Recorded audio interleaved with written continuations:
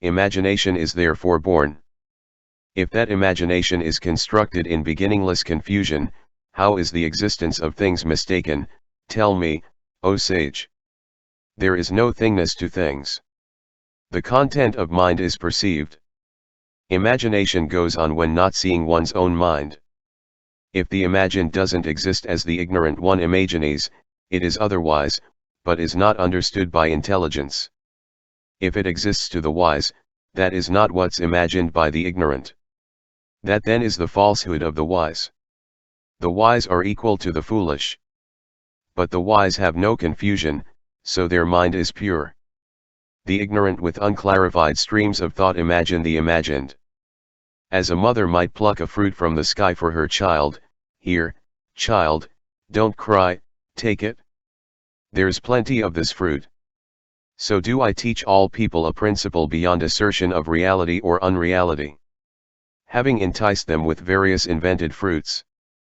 The becoming of what has not been is not commingled with conditions. The production of what has not previously come to be is by nature not apprehended. The unproduced, by nature not apprehended, is nothing without conditions. What being has come about as well is nothing without conditions.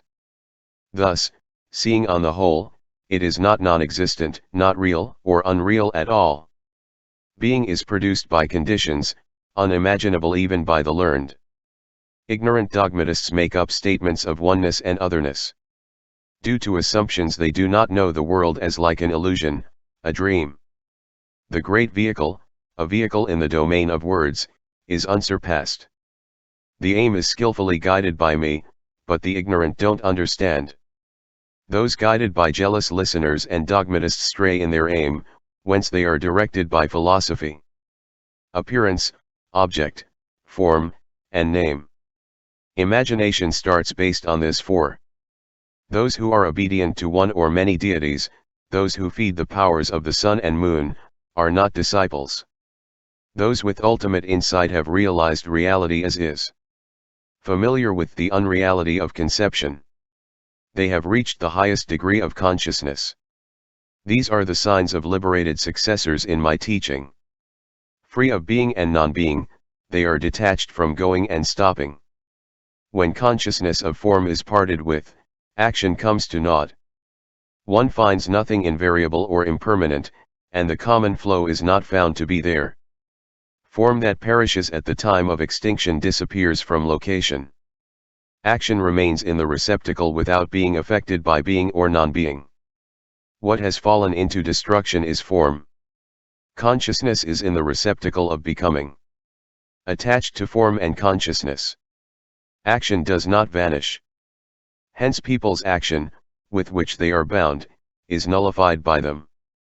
When the binding of action is destroyed, there is no common flow and no extinction. Hence, even if it has perished with them, if it is born in the common flow, form will be consolidated by it, because of being uninterrupted. Thought and form are neither undivided nor separate from imagination. There is no destruction of things from rejection of assertions of reality or unreality. The relative is also construed, as they're not mutually distinct. Like impermanence in form, they produce each other. Without other and not other, the construed cannot be conceived. How can non-existence and existence come about, like impermanence in form? Seen accurately in terms of the construed, the relative is not produced.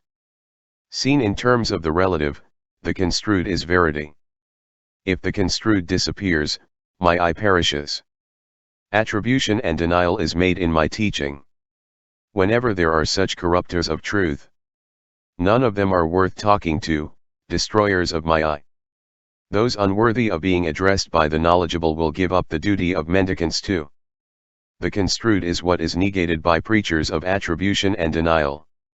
To whom it is like eye floaters and illusions, like dreams and castles in the air.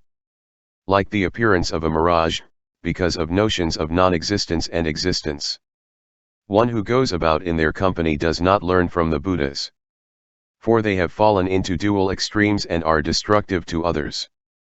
Yogis who see construed reality detached, however, without existence or non-existence. One may live in their company. Like mines in the world producing gold and jewels, the diverse elementary means of subsistence do not originate as hereditary professions. Thus the races of people are irrelevant to occupation. Because there is nothing objective, there is no inborn profession, and no way of life produced by profession. Things have no existence as contemplated by the wise. But things seem there as imagined by the naive. If things aren't there as imagined by the naive, in unreal states of people no one has any afflictions. Due to affliction by the variety of things, passage through a succession of states takes place in the faculties. It goes on bound by the ignorance and craving of living beings. In those to whom being is not as imagined by the naive, there is no occupation of the faculties, nor in a yogi. If there are no things found causing beings to pass through a succession of states, this will be emancipation thereby for the innocent, without doing any religious practice. How can there be a difference between the innocent and the wise, given the non-existence of being? For the wise living the three liberations, there is no being. It is to listeners that I speak of the clusters, personality, elements, individual and common characteristics, conditions, and faculties. To heirs of the victorious I teach mind alone with no cause, superhuman power, the stages, and pure first-hand reality. In the future there will be corruptors of my teaching, wearing the red-brown robe preaching occupation with being and non-being. Non-existent things are there conditionally, in the perspective of the wise. Imagined existence logicians will imagine non-existent. In the future there will be a class of ignorant atomists, with a false view preaching an untrue origin and ruining society. They will teach a false notion. The world originates from atoms, while atoms are causeless. 9 elementary substances are permanent. That substance is made of substances, and qualities of qualities. They will negate any truth other than the existence of existence. The world would have a beginning if it originated after not having existed, but I say there is no starting point to passage through successive states. If the triple world, including everything, came about from non-existence, there could be horns on dogs, camels, and donkeys too, no doubt.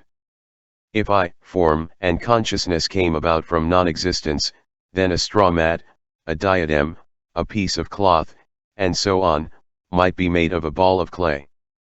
There is no straw mat made of cloth, and no cloth made of straw. Why does one not occur in the place of another by conditions? That life, that body, that comes to be from non-existence.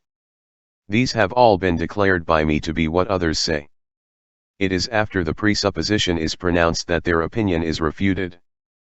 Their opinion having been refuted, I make my own point. Hence the design of dogmatic doctrines is elicited by me. My students should not stick to a deluded notion of true or untrue. That the world comes about from unevolved matter is a misconception in the mind of Kapila. And he tells students that changes pertain to qualities. There is no actual reality, nor yet non-existence, nor conditions due to conditions. When they don't actually become conditions, non-existence does not occur. Without propositions of real or unreal, without cause and conditions, detached from origination and dissolution, my own point is beyond the describable. When always seeing the world as like an illusion or a dream, without cause and conditions, groundless, imagination does not go on. When always seeing existence as like a castle in the air, a mirage, like an eye floater, neither real nor unreal. Without cause and conditions, groundless, the stream of thought is cleared. When seeing there is no real substance found, mind alone isn't found. How does insubstantial thought not belong to mind alone? Thought occurs in people having made something an object. How does groundless thought not belong to mind alone? Verity and mind only apply to the ultimate principle of things. Those for whom it is there or not there are not experts in my doctrine. If thought goes on with attachment to grasped and grasper, this is worldly thought. Mind only is not applied. If the appearance of body, property, and abode occurs like a dream, duality of mind would be implied, but mind has no duality. Just as a sword cannot cut its own blade, and a finger cannot touch its own tip, so too the mind in the matter of seeing itself. There is no other and no depending, or construed substance either. The five elements and dual thought do not exist where there are no images. There are two descriptions of things: producing and produced. It is in reference to the producing that I speak of selflessness. Hence, if imagination about the appearance of variety occurs, then space and rabbit horn will seem like actual things. If a thought seems to be a thing, that thing is not what's imagined. For a thing is not constructed of thought, other than being spoken of. In beginningless passage through successive states there is nothing substantial anywhere. When thought is not nourished, how can the appearance of substance occur? If there were development by a non-entity, it would be in rabbit horn too. But imagination does not begin nourished by a non-entity. Just as it does not exist now, that did not exist before. Where there is no substance, how can thought attached to substance go on? Verity, emptiness, the limit, nirvana of the reality realm, and the non-origination of phenomena pertain to ultimate truth. The unsophisticated are fallen into negation and affirmation by ideas of cause and conditions. Not having realized the world is groundless and unoriginated. A perception is thought. There is no perceived object separate based on a beginningless ground. Where there is no beginning, there is no substance.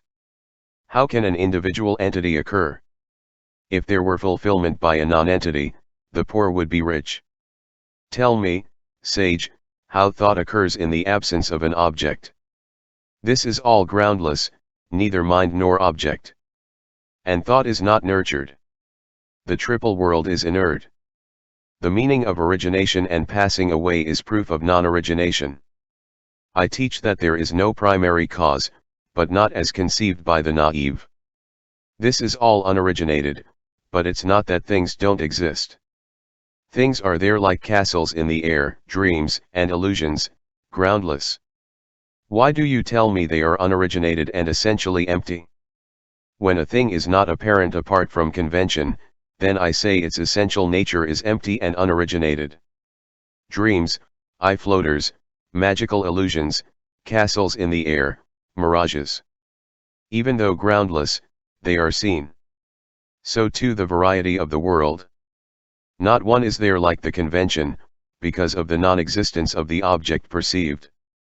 But there is no annihilation as conventional in dogmatic views. Non-origination is established by the explanation of ungraspable absence of grounds. They are proven without origins. My eye does not perish. When told there is no primary cause, dogmatists get scared. How, by what means, whence and where, can existence be groundless? When the learned see the groundless is not groundlessness, then the view repeating origin and dissolution disappears. How can the appearance of original occurrence be non-existent and have no origin? So is the name of a thing without meaning, pray tell? Non-origination is not a thing, nor a description of an idea. It is not the name of a thing either, but the term is not meaningless. Inaccessible to listeners, solitary illuminates, dogmatists, and those in the 7 stages. That is a description of non-origination. Excluding cause and condition, denying agency, the condition of mind alone I call non-origination. The groundless character of things, without construed or construction. I say non-origination is beyond propositions of being or non-being. Liberated from mental objects, detached from the two natures, revolution of the mental basis I call non-origination. Not external existence of things, and not the dominion of mind, relinquishment of all views is characteristic of non-origination. Thus one should contemplate all as empty, without independent existence to begin with. Not empty by dint of voidness, though, but empty as unoriginated. It is the bundling of conditions that starts and stops. Nothing comes about or disappears separately from the bundle. For nothing is there separately apart from the bundle. With individuality or separateness as imagined by dogmatists. Nothing is produced, real or unreal, nor is non-existent. Nor true or false at all, other than in this bundle starting and stopping. This is only a convention, from a mutual collection of connections. There is no substance produced from a collection of separate conditions. The non-existence of anything produced is non-origination, removed from the errors of dogma. I point out there is only collection, but it is not perceived by the ignorant. Anyone for whom there is anything produced separately from collection should be known as claiming there is no cause, a denier of collection. If collection made things manifest like a lamp, whatever there is would be separate from collection. Anything construed by the unenlightened as existing separately from collection has no inherent existence of its own, by nature like space. Other than this non-origination is the objective nature of the attainment of the wise.